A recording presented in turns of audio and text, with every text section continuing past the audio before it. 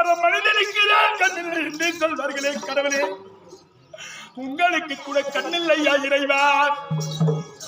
இறைவா, கடவுளை கண்டோம், ஸ்தானபானத்தை முடித்தோம், கடவுளுக்கு பூஜை செஞ்சிடலாமா?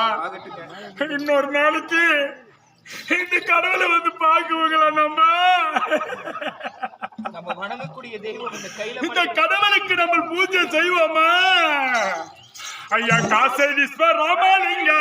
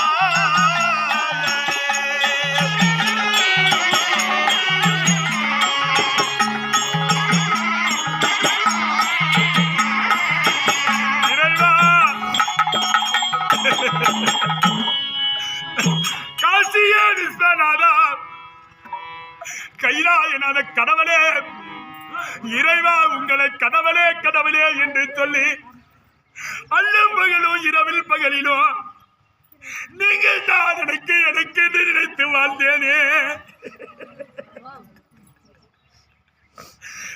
எங்கள் மீது கருணை இல்லையா கடவுளே? எங்களுக்கு குறையே நேர்ந்தா கடவுளே? நாடு நகரமான சேனை உப்பு செட்டி உருவாட விட்டேன், அத்தனையும் விட்டு விட்டு நான் அயல் நாடு புறப்பட்டேன் கடவுளே.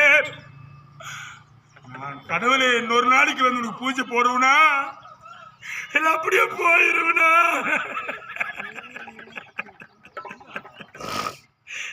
இன்னொரு நாளைக்கு பூஜை போட மாட்டேனா உனக்கு? தேவி என்னங்க அங்க பாரு கடவுளே, எதிரே போவது போல் தெரிகிறது, தீபமாகப்பட்டது.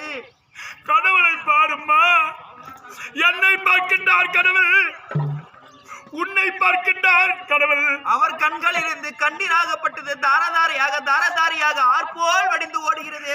நம்ம கண்ணில் வடிவது கண்ணீர், ஹரிச்சந்திரன் கண்ணில் கண்ணீர் வருதே என்று கடவுள் கண்ணில் என்ன வருது தெரியுமா?